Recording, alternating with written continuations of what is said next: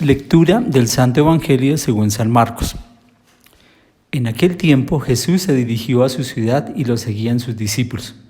Cuando llegó el sábado empezó a enseñar en la sinagoga. La multitud que lo oía se preguntaba asombrada: ¿de dónde saca todo eso?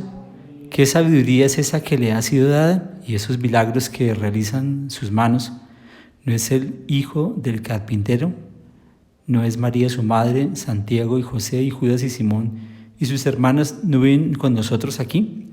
Y se escandalizaban a cuenta de él. Les decía: ¿no desprecian a un profeta más que en su tierra, entre sus parientes y en su casa? No pudo allí hacer muchos milagros, solo curó a algunos enfermos imponiéndole las manos, y se admiraba de su falta de fe, y recorría los pueblos de alrededor enseñando. Palabra del Señor, gloria a ti, Señor Jesús. Veamos el Evangelio.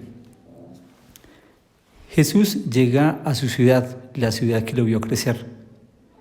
Pero es un gran reto para Jesús lo que va a encontrar en este momento de la vida con su propia gente, y es la incredulidad.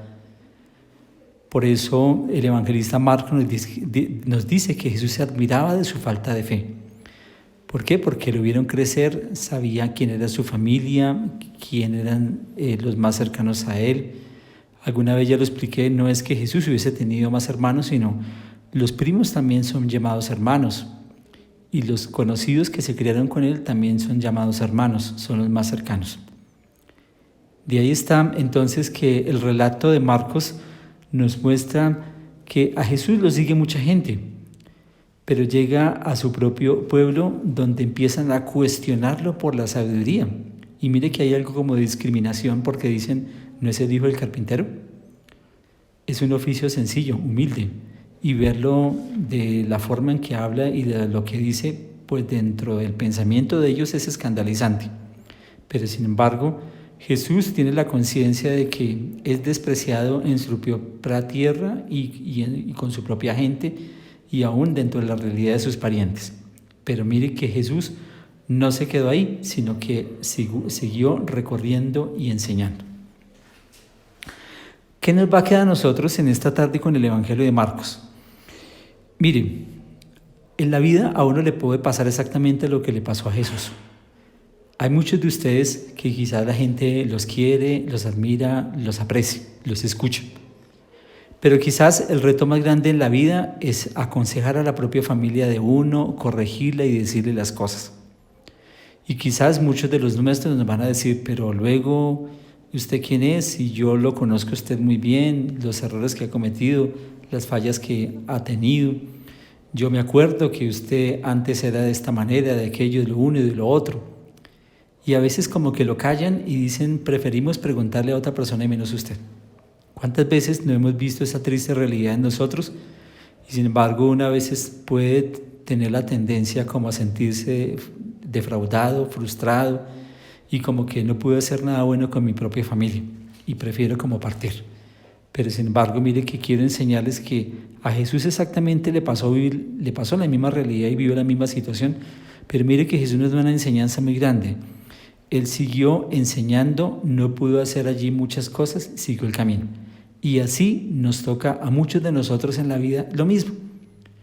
Y la conciencia es que traté de dar lo mejor de mí y no dejaré de hacerlo, porque mire que el relato de Marcos nos está mostrando algo muy cierto. No pudo hacer allí muchos y casi ningún milagro, pero algo hizo. Pero sin embargo, así no hubiese hecho nada, él no se sintió defraudado, sino que siguió el camino. Y eso tenemos que aprenderlo mucho de nosotros en la vida, no sentirnos defraudados, porque de pronto no somos creíbles para los nuestros, para los que nos vieron crecer, para los que conocieron nuestro corazón, nuestros errores, nuestras limitaciones, nuestras palabras, nuestras rebeldías, las etapas de la vida que hubiéramos vivido. Hay que seguir el camino.